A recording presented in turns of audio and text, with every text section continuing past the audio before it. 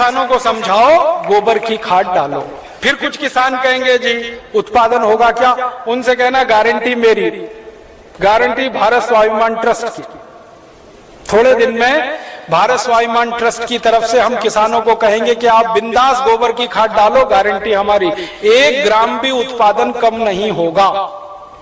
कैसे कम नहीं होगा? डालने का तरीका है।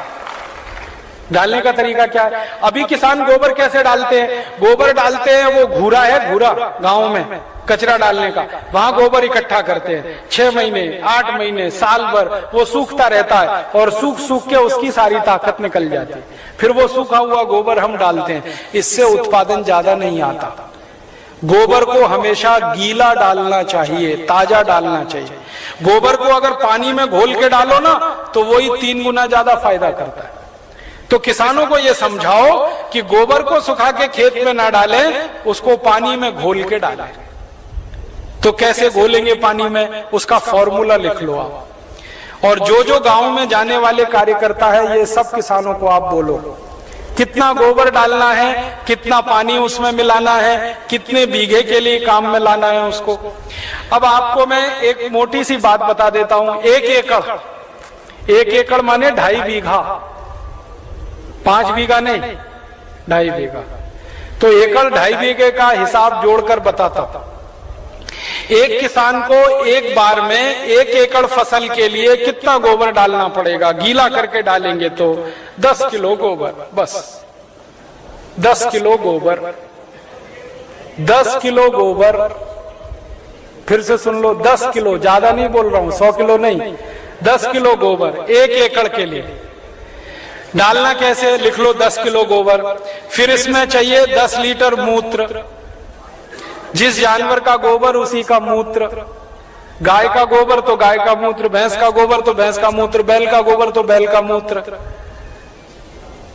अब आप बोलोगे गोबर तो इकट्ठा कर लेंगे, मूत्र कैसे इकट्ठा करें? जानवर जो मूत्र देते हैं ना, जहां पे आप जानवरों को रखते हो वहां पे पत्थर वत्थर लगा के एक छोटी सी नाली बना लो और उसमें ढाल लगा दो। जितना भी वो पेशाब करेंगे वो नाली में आ जाएगा। नाली के आगे खड्डा खोद दो, वो सारा उसमें जमा हो जाएगा, फिर वो ले लो। और मैं आपको एक अच्छी बात बताता हूं, जानवरों के मूत्र की कोई एक्सपायरी डेट नहीं है। 1 साल, 2 साल, 3 साल, 5 साल, 10 साल, 20 साल, 50 साल खराब ही नहीं होता। तो चिंता करने की बात ही नहीं है। तो इकट्ठा होता रहेगा, खड्डे में डालते रहो। तो 10 किलो गोबर, 10 लीटर मूत्र, ठीक है। फिर इसमें मिलाना है लगभग 1 किलो गुड़, आधे से 1 किलो गुड़। गुड़ तो आप सब जानते हो। एक तो गुड़ होता है जिसको आप खा लेते हो, एक तो गुड़ ऐसा होता है जिसको जानवर खा लेते हैं, और एक गुड़ ऐसा होता है जिसको कोई नहीं खा सकता। गीला गीला, पुराना पुराना, काला काला, वो गुड़ खेत के बहुत काम का है। जो सबसे घटिया गुड़ है, जिसको ना जानवर खा सकते हैं ना आप, वो खेत के लिए बहुत काम का है। तो वो गुड़ ले लो, आधे से 1 किलो। गोबर हो गया, मूत्र हो गया, गुड़ हो गया। अब इसमें लगभग 1 किलो डालना है दाल का आटा।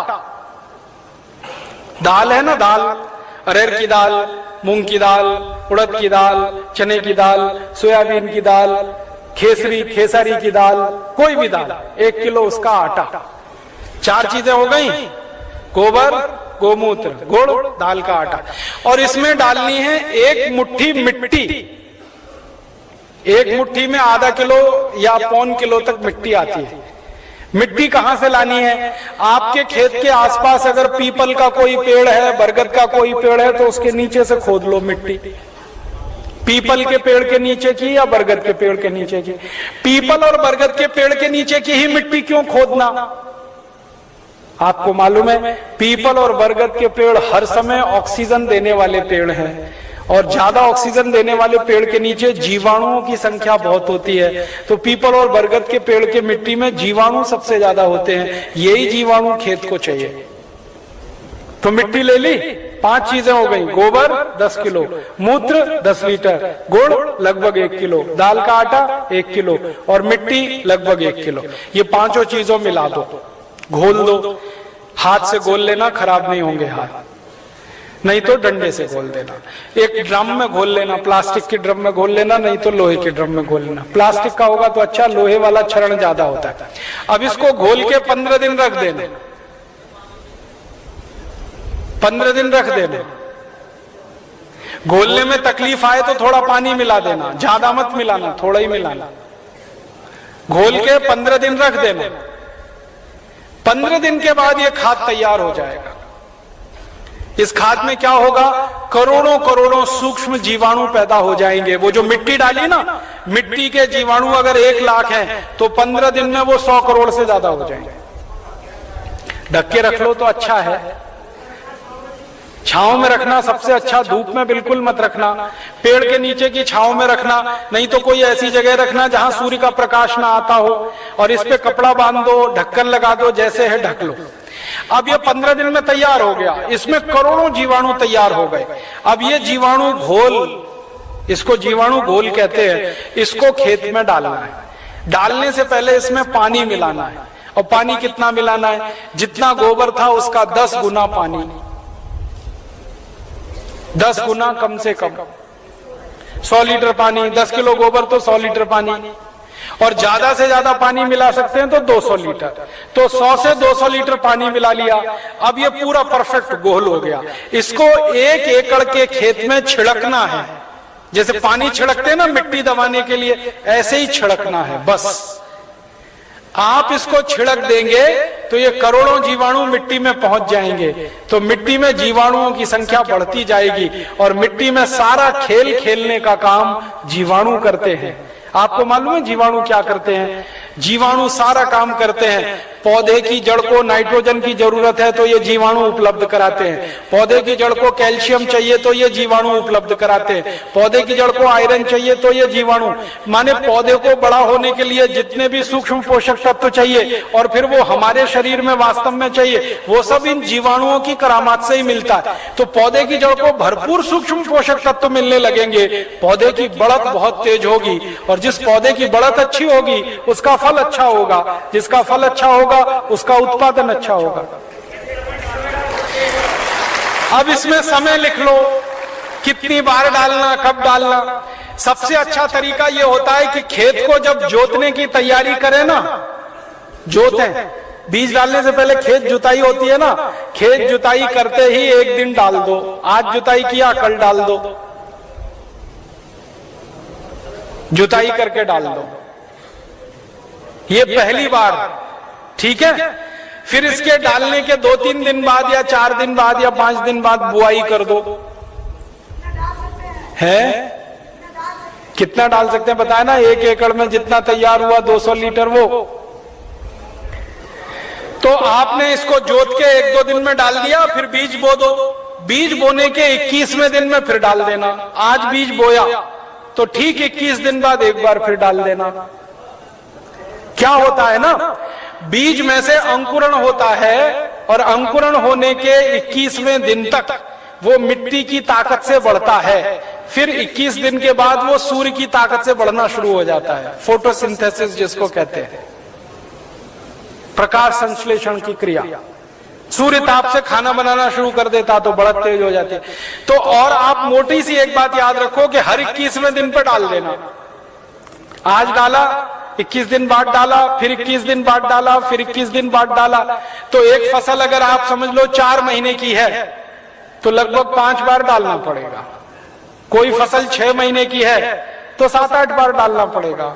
8 महीने की है तो 10-1 बार डालना पड़ेगा। अब इसमें खर्चा क्या है? जानवर अगर घर के हैं तो गोबर फोकट का, मूत्र फोकट का, गुड़ मैं कह रहा हूं सबसे सड़ा हुआ जिसको फेंक देते हैं वो भी फोकट में मिल जाएगा। पानी तो फोकट का है ही, थोड़ा दाल वाल लेना पड़ेगा तो उसका खर्चा आएगा, लेकिन किसान अगर दाल पैदा करता है तो वो भी घर की हो जाएगी। माने खाद बनाने का खर्चा लगभग 0 आएगा। मेहनत लगेगी, पूंजी में पैसा कम से कम खर्च होगा। और ये खाद जो तैयार होगी इसमें जबरदस्त क्वालिटी है, क्योंकि इसमें कैल्शियम भरपूर, आयरन भरपूर, फास्फोरस भरपूर। क्या क्या इसमें है? गोबर है, गोबर में कैल्शियम है, आयरन है, सल्फर है, सिलिकॉन है, कोबाल्ट है, मैग्नीशियम है, मैग्नीज है, 18 सूक्ष्म पोषक तत्व हैं जो चाहिए मिट्टी को।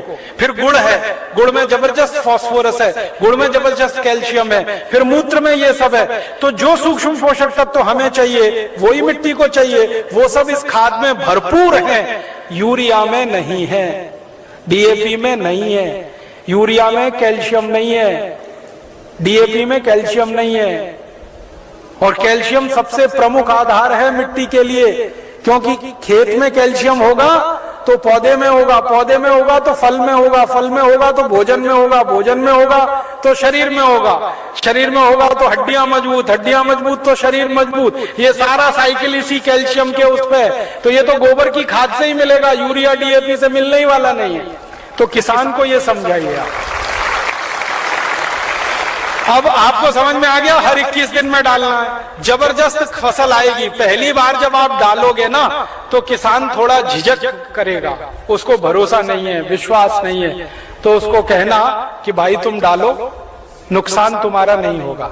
मैंने बहुत किसानों का हिसाब निकाला है, खराब से खराब खेत में जब गोबर का खाद डालते हैं ना तो गेहूं का उत्पादन पहले साल की तुलना में थोड़ा ही कम आता है, लेकिन उत्पादन जितना कम आता है उससे ज्यादा खर्चा बच जाता है, तो वो बराबर मामला बैठता है। हम यूरिया डीएपी में खर्चा करते हैं हजारों रुपए का, तब उत्पादन लेते हैं। यहाँ खर्चा ही नहीं है, थोड़ा उत्पादन कम भी हुआ तो फायदा ही है, नुकसान कुछ नहीं, इसलिए किसी किसान का नुकसान नहीं। और 2-3 साल लगातार आपने डाल दिया तो उत्पादन बढ़ना शुरू हो जाता है, लगातार बढ़ता है। और 10-12 साल में तो कई खेत ऐसे हैं जहां उत्पादन सीधे डबल हो जाता है, 100% की बढ़ोतरी हो जाती है। नहीं, छानने की जरूरत नहीं है, ऐसे ही डालो, उसमें जितना कचरा है सब खेत में जाने दो, क्योंकि कचरे